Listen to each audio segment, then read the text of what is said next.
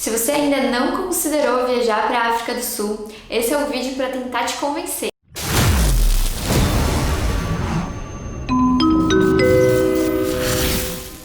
Existem alguns países, como por exemplo a África do Sul, que valem super a pena, porque com R$1 você compra 3 rands, que é a moeda oficial da África do Sul. E o que isso significa na prática? Que quando você for viajar, alimentação, passeios, hospedagem, vai ficar o mesmo preço que você pagaria aqui no Brasil ou ainda mais barato. Quando a gente comprou a passagem, a gente comprou por causa que estava na promoção, né? Esse é o nosso estilo de viagem, viajar com bom custo-benefício.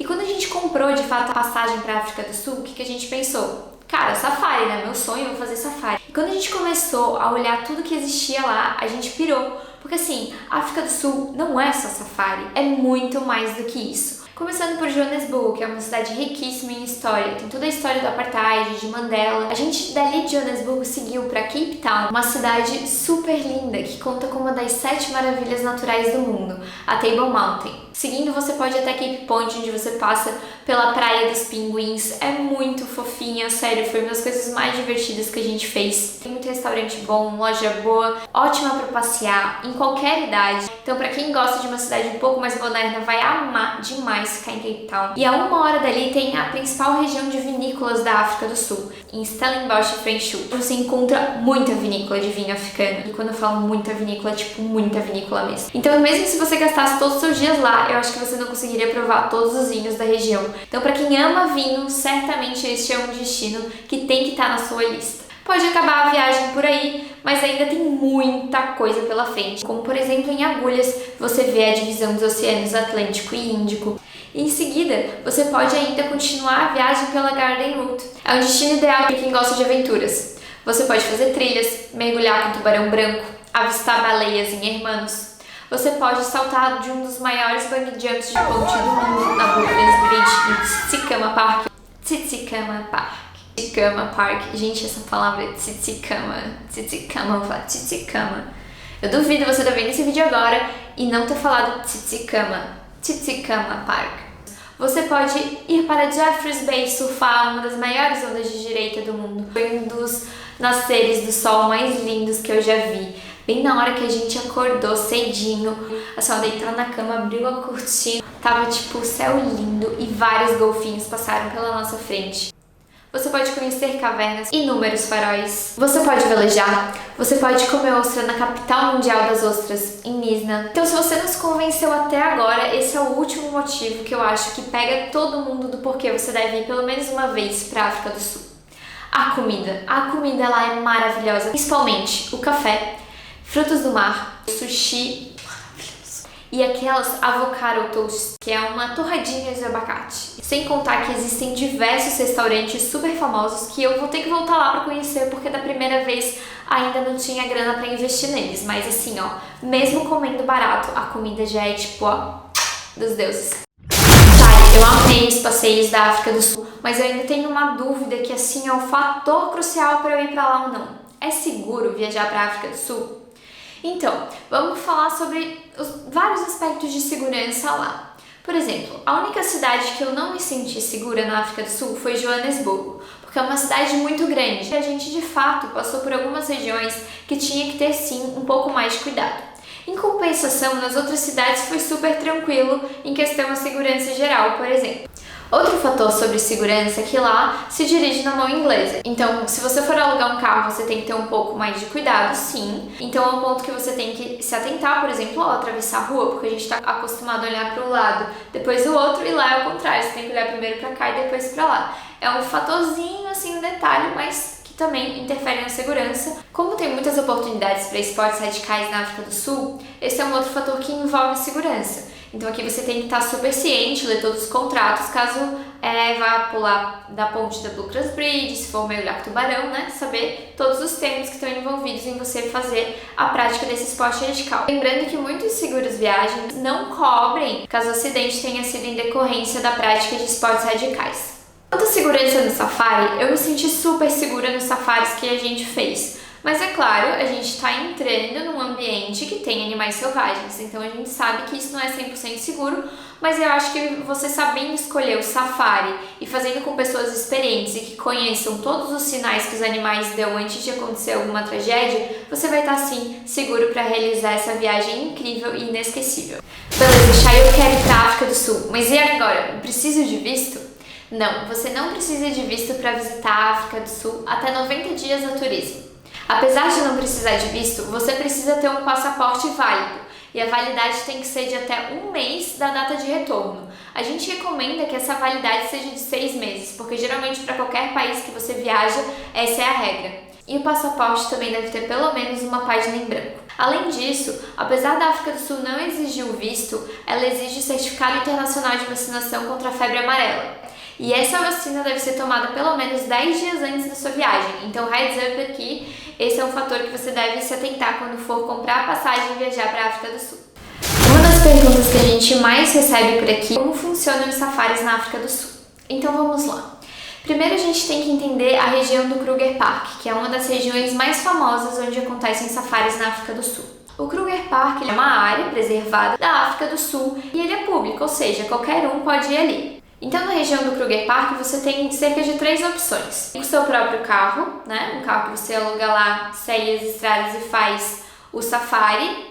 Eu não indico muito essa opção, porque tendo em vista que a gente não vai fazer muitos safaris na vida, eu acho que a gente deve fazer com alguém que tenha mais conhecimento para ser mais seguro e também para entender um pouco sobre os animais que a gente não é tão próximo. A segunda opção é você contratar apenas um passeio no Kruger Park com alguma agência de safari da região, ou você compra um pacote já de hospedagem, onde a própria hospedagem tem os serviços que fazem os safaris. Além desse parque público, o Kruger Park, existem áreas privadas. Essa área ela é cercada.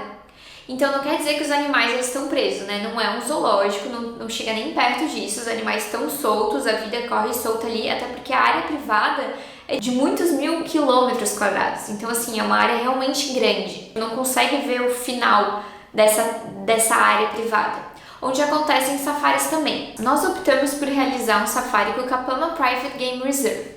Ou seja, era uma área particular, né, do Kapama, que consiste em 5 hotéis, a gente vai explicar um pouquinho melhor para vocês depois. E já estavam inclusos os passeios de safari. Então, pra gente, o custo-benefício foi incrível.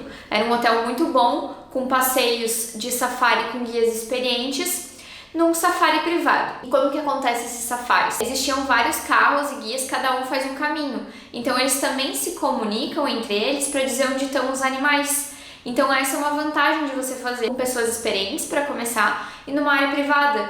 Como eles mais ou menos conhecem os caminhos, eles conseguem se comunicar, então a chance de você ver os Big Fives, que são os 5 animais mais difíceis de serem caçados pelo homem a pé. O leão, o rinoceronte, o leopardo, o elefante e o búfalo. Né? Então a grande missão dos safaris é você encontrar os Big Fives. Então acaba facilitando de você encontrar esses animais pela comunicação interna que acontece nessas regiões privadas. O nosso safari foi incrível, a gente viu os Big Fives, a gente viu o leão comendo javali, elefantes rodearam o nosso carro de safari.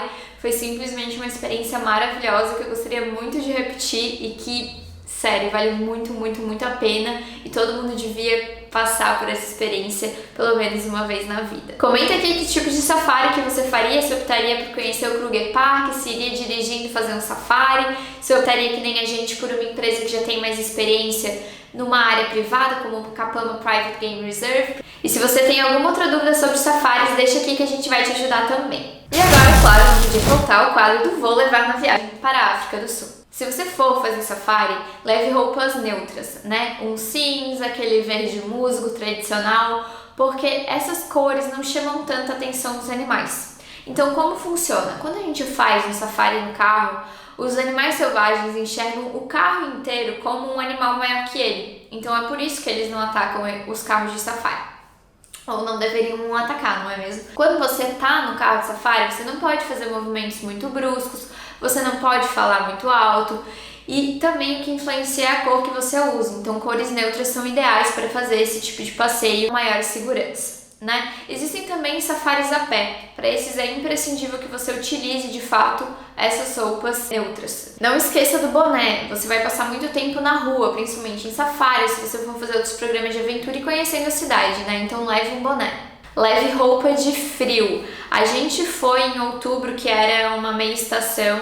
Então, principalmente se você vai fazer a rota no sul da África do Sul, provavelmente você vai estar perto do Oceano Índico. Então o vento nessa região é bem gelado. Vale a pena levar um casaco corta-vento para essas regiões. E também durante os safaris, como você sai bem cedinho, acaba sendo bem frio também. Em alguns eles até dão um cobertor, mas é bom que você leve então um bom casaco corta-vento para esses momentos. A África do Sul, ela é muito diversa, vale a pena você levar também biquíni, roupas para aproveitar a praia. E, além disso, levar o protetor solar, é claro.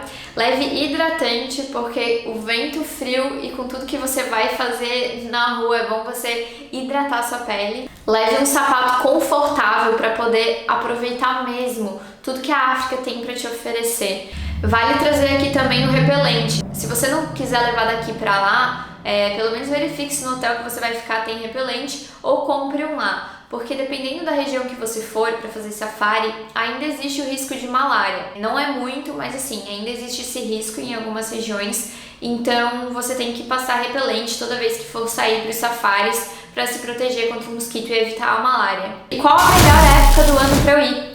Bom, as melhores épocas são as meias estações. A gente foi em outubro e foi perfeito, porque tinha sol, tava mais quente, apesar de um vento super gelado. Então, como eu disse, a gente levou uma corta-vento, levamos touca, levamos casaco. Mas é bom porque se você vai no alto verão, as chances de chuva aumentam muito. E com as chuvas aumenta a quantidade de mosquitos e aumenta o risco da malária. Então a gente super indica o outono e a primavera. Tô com a passagem comprada e agora eu quero saber aonde eu vou ficar. Bom, para começar falando sobre safaris, quando a gente começou a procurar qual que a gente faria, a gente descartou a possibilidade de ir sozinhos, como eu já falei, pra gente querer alguém mais experiente, tanto pela segurança quanto pelo conhecimento, entender mais sobre os animais que a gente estava vendo. E aí, quando a gente pesquisou todas as opções de hotel na África do Sul para fazer safari, ou era um hostel muito que seria perrengue, ou eram hotéis tipo muito caros. E eu falei, gente, não é possível que não tenha aquele meio termo. Depois de muito pesquisar, a gente encontrou o Kapama River Lodge, que estava com um custo-benefício excelente, considerando que no preço da diária já estavam inclusos o safari da manhã, um safari final do dia, safari a pé para quem quisesse, mais café da madrugada, café da manhã, almoço, café da tarde, janta, e ainda tinha uns biscoitinhos de noite também, e tinha comida no quarto que já nos receberam ali com o aniversário, com uma champanhe, com os negocinhos ali. A gente pagou cerca de R$ 1.800 para 2 dias por pessoa, com tudo isso incluso.